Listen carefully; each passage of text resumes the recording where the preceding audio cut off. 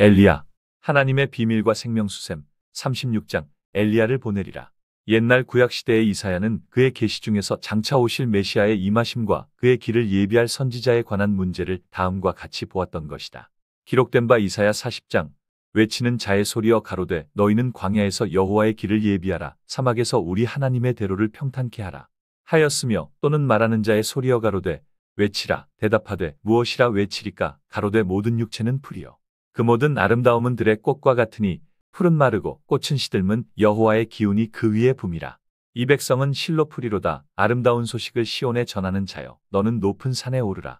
아름다운 소식을 예루살렘에 전하는 자여 너는 힘써 소리를 높이라. 두려워 말고 소리를 높여 유다와 성읍들에게 이르기를 너희 하나님을 보라 하라. 장차 강한 자로 임하실 것이요 친히 그 팔로 다스릴 것이라 하였다. 마태복음 3장에는 침례 요한이 와서 세상 영광이 눈을 가리운 바리새인들이나 서기관들을 독사의 자식들아라고 하였다. 순진한 백성들은 구약 선지자의 예언을 생각하며 메시아 오심이 큰 소망이었던 것이다. 그 당시에 부패된 지도자들의 교훈은 썩은 심령에서 나오는 교훈이라 썩어져 냄새가 날 지경이었다. 그들은 큰 소리로 백성들을 가르치며 길가에 자랑하는 기도를 하며 잔치의 상석과 회당의 상자와 시장에서 문안받는 것과 사람들에게 총회장님, 목사님, 당회장님 칭함받기를 좋아하는 그들의 행동은 순진한 백성들에게 슬픔만 안겨주었던 것이다.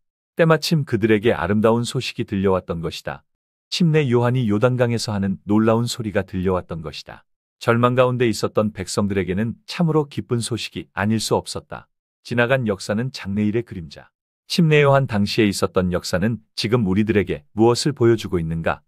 지나간 역사는 다 지나간 것이 아니라 그 모든 역사의 예언 성취는 지금 우리들 앞에 놓여 있다. 그 모든 역사는 인류의 종말인 오늘날에 나타나야 되는 것이다. 말라기 4장 5절 보라 크고 두려운 날이 이르기 전에 내가 선지 엘리야를 너희에게 보내리니 하시었다.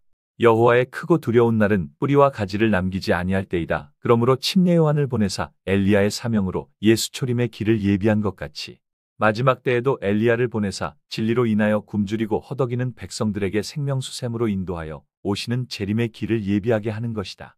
화이트 부인도 마지막 엘리야에 대하여 다음과 같이 기록하였다. 엘리야는 그리스도의 재림의 때에 살아있을 성도들의 상징이었다 하였다. 선지 엘리야를 보내리라. 말라기 4장 5절 너희는 내가 호렙에서 온 이스라엘을 위하여 내 종 모세에게 명한 법 곧 율례와 법도를 기억하라. 보라 여호와의 크고 두려운 날이 이르기 전에 내가 선지 엘리야를 너희에게 보내리니 하시었다. 혹은 이 예언이 예수 초림 당시에 있었던 침례 요한을 가리킨 예언이라고 하며 엘리야의 사명이 끝을 맺힌 것으로 생각할 것이다. 그러나 침례 요한은 모세에게 명한 법 곧 율례와 법도를 크게 강조한 일이 없고 다만 침례로서 예수님을 맞이하기 위하여 성결과 회개의 침례를 베풀어 예수 초림의 길을 열어놓은 것이다. 그러므로 말라기 4장의 예언은 마지막 예수 재림을 영접할 준비로서 모세에게 명한 율례와 법도로서 정결함을 받을 수 있는 특수한 진리를 선포할 마지막 엘리야의 사명이 나타나야 한다는 뜻이다. 이 기별은 예수 초림 때가 아니고 성경의 말씀과 같이 극렬한 풀무불 같은 날이며 교만한 자와 악을 행하는 자는 다 초계와 같이 그들을 살라 그 뿌리와 가지를 남기지 아니하실 때이다. 그러므로 예수님께서도 침례 요한에 대해서 엘리야라고는 말씀하셨지만 말라기 4장을 가지고 증거하신 적은 한 군데도 없고 다만 말라기 3장만 가지고 증거하신 말씀이 있다. 말라기 3장이나 말라기 4장은 같은 엘리야의 사명에 관한 문제이기 때문에 침례 요한에게 일부 그림자로서 약간 보여주었을 뿐이며 그 예언의 완전 성취는 예수 재림하시기 직전에 있을 예언이다. 마지막 엘리야의 사명은 옛적 실제 엘리야가 살아서 승천하였기 때문에 살아서 변형받고 승천하게 되어야 마지막 엘리야의 사명이다. 그러므로 주의 재림이 가까운 시일이 되면 먼저 선지 엘리야를 보내어 주의 재림을 눈으로 보는 것 같이 완전히 증거로 증거한 후에 예수님께서 재림하실 것이다. 안상홍님께서 생명수샘 책자를 통해 주신 가장 중요한 말씀은 예수 재림 때도 엘리야가 먼저 와서 재림의 길을 예비한 후 예수 재림이 있을 것을 말씀하신 것입니다. 수많은 성경의 증거와 친히 남기신 말씀이며 모두 하나같이 일관되게 안상홍님이 재림 예수님이 아니라는 사실을 증거하고 있음에도 끝까지 재림이라고 우기는 자들은 분명 말씀에 중심을 두고 구원의 목적이 아닌 세상 부귀영화에 눈이 멀어 안상홍님을 재림으로 만들어 사리사욕을 채우려는 바리새인과 똑같은 자들임이 틀림없는 것입니다.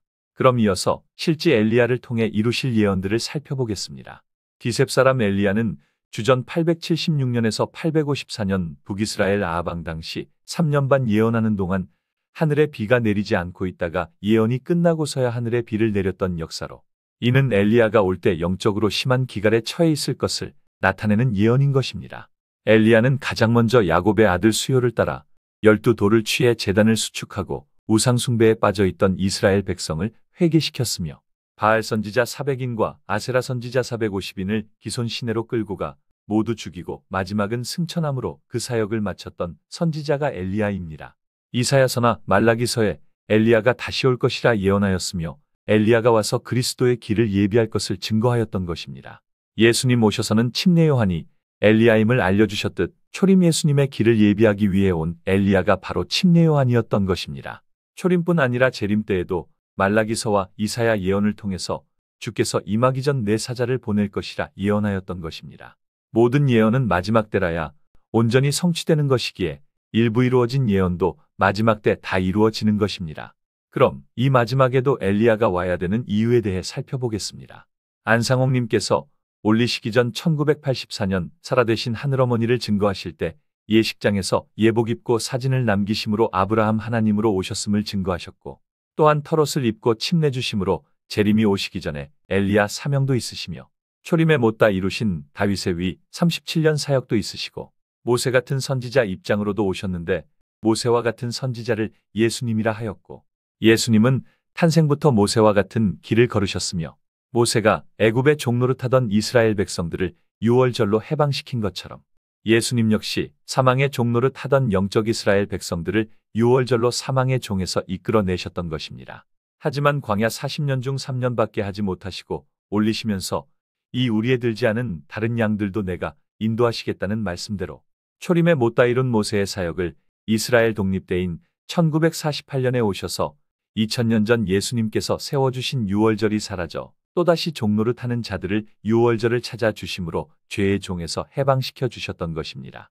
하지만 모세가 가나안 들어가지 못하고 광야에서 죽은 것 같이 안상홍님도 37년 사역 마치고 죽으실 것으로 거울과 실물로 보여주신 것입니다. 또한 광야 1세대가 광야 노정에서 모두 죽고 2세대만 들어간 역사는 거울이 되고, 안상홍님과 함께 나와 1985년 이전에 침례받은 사람들이 1세대가 모두 천국에 들어가지 못하는 것은 실상이 되며, 1세대 중 여호수아와 갈렙 두 사람만 가나안 들어간 역사는 거울이 되고, 두 사람은 두 증인으로 계시록 11장과 스가랴 4장의 두 증인은 온 세상에 주로 모시고 선자, 성경을 뜻하며, 우리가 볼 수 없는 천국을 미리 정탐하고 온 두 증인 역시 성경이며, 과연 천국은 젖과 꿀이 흐르는 곳이며 사단은 우리의 밥이라고 외치고 있는 말씀 역시 성경입니다. 모세 같은 선지자 안상홍님 남기신 말씀이 곧 성경인 바, 안상홍님 올리시기 전 총회장에게 내가 손과 발을 쓰지 못하더라도 나를 따를 수 있겠습니까? 라고 물으신 것은 육체는 올리셔서 손과 발은 쓰지 못하시더라도 남기신 두 증인 성경으로 인도하시겠다는 말씀이시며, 모세로 오신 안상홍님께서 가나안으로 인도하는 선지자로 세운 것은 남기신 말씀 곧 성경이었습니다. 총회장은 안상홍님 앞에서는 따르겠다고 하고서는 올리우 신후에는 안상홍님 말씀 변개하고 훼손하였던 것입니다. 진리 변개하실 것을 아시면서도 세운 것 역시 광야의 역사가 거울이 되었으니 바로 노뱀 사건이 거울인 것입니다. 뱀에 물린 자마다 노뱀을 쳐다보면 산다고 한 역사가, 무지한 이스라엘 백성은 노뱀이 살린 것으로 생각하고 노뱀을 만들어 섬긴 것이 1차 예언이며, 노뱀을 든 것 같이 인자도 들려야 하리라 하신 십자가에 달려 유월절 희생으로 이루신 역사를 백성들은 십자가가 살린 줄 알고 십자가 우상을 만들어 섬긴 것이 2차 예언이며, 초림에 남은 사역을 이루시기 위해 오신 안상홍님도 올리시기 전 노뱀을 높이 드는 역사로 총회장을 높이 세우시고 올리셨으며, 안상홍님 구원의 역사가 남기신 말씀에 있음을 깨닫지 못하고 총회장이 천국 데려가는 줄 착각해 미운 물건을 섬기는 역사가 3차로 이루어진 예언입니다. 안상홍님 기록하신 생명의 말씀인 성경이 구원 주는 것인지를 모르고 총회에서 못 보게 한다고 친필로 기록한 것조차 선악과처럼 여기는 행위가 미운 물건 우상을 섬기는 행위며 다른 신을 섬기고 있는 것입니다. 이렇게 모세와 같은 선지자로 오신 안상홍님 말씀이 이지러지고 무너져 있으므로 마지막에 반드시 엘리야가 와서 모세에게 명한 법은 안상홍님 말씀이며, 말씀은 곧 율례와 법도인 것입니다. 야곱의 아들들의 수요를 따라 제단을 수축한 것처럼 이삭으로부터 난 야곱의 아들 12지파인 14만 4천 성전 건축이 무너져 있으며 성경을 안다고 하는 건축자들이 모퉁이 돌이신 그리스도를 버림받되고 불법 건물인 70억 성전 건축을 하고 있는 영적으로 기갈 상태에 놓인 이스라엘 백성들에게 엘리야를 보내 아비의 마음을 자녀에게로 돌이키고 자녀의 마음을 아비에게로 돌이킬 것으로 예언이 된 것입니다. 이지러지고 회파된 진리를 바로 세우고 성전의 귀한 모퉁이 돌이 되시고 산돌이신 그리스도 위에 12돌을 수축함으로써 아비의 마음을 자녀에게로 돌이키고 자녀들의 마음을 아비에게로 돌이키는 예언이 이루어질 수 있게 되는 것입니다. 그래서 마지막 구원받을 14만 4천을 엘리야의 사명자라고 하신 것입니다.